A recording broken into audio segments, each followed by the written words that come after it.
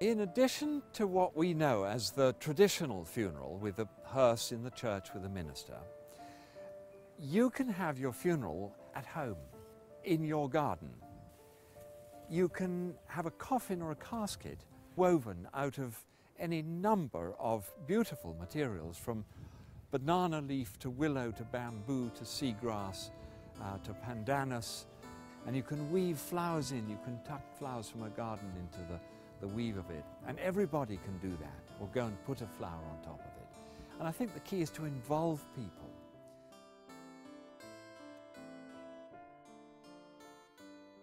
There is the body, and the person's body does not belong to the authorities.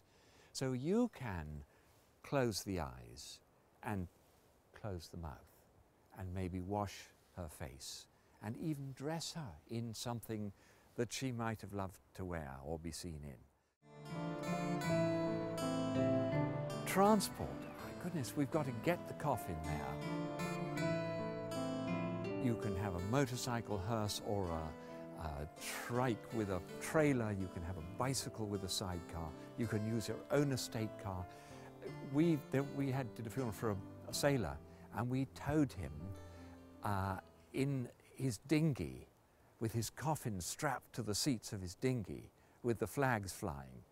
Now, it's not for everyone, but his family thought that was fantastic.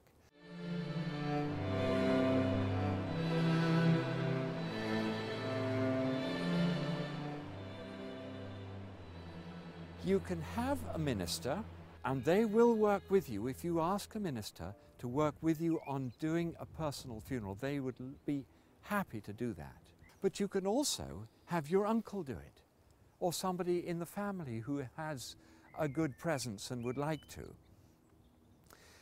You can have any kind of music, live music or CDs. You can read or do or speak anything about the person. They don't have to be the saint that we tend to make them into when they die. You can speak about their eccentricities, and often that's partly why we love them so much.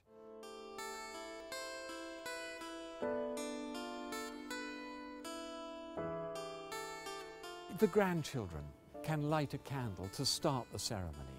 It breaks hearts if they go up and they blow it out afterwards. They can put a daisy chain on the handles. It doesn't have to be a £500 rose confection.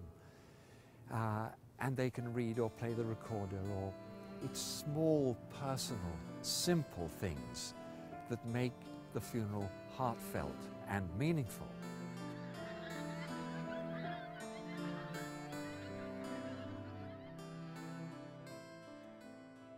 There is a huge choice of what you can do with the ashes, from having them made into a diamond if you've got a spare £10,000.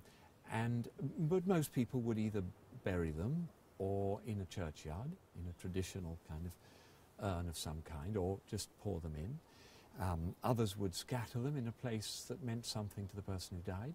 And there's quite an interesting urn that allows you just to do that.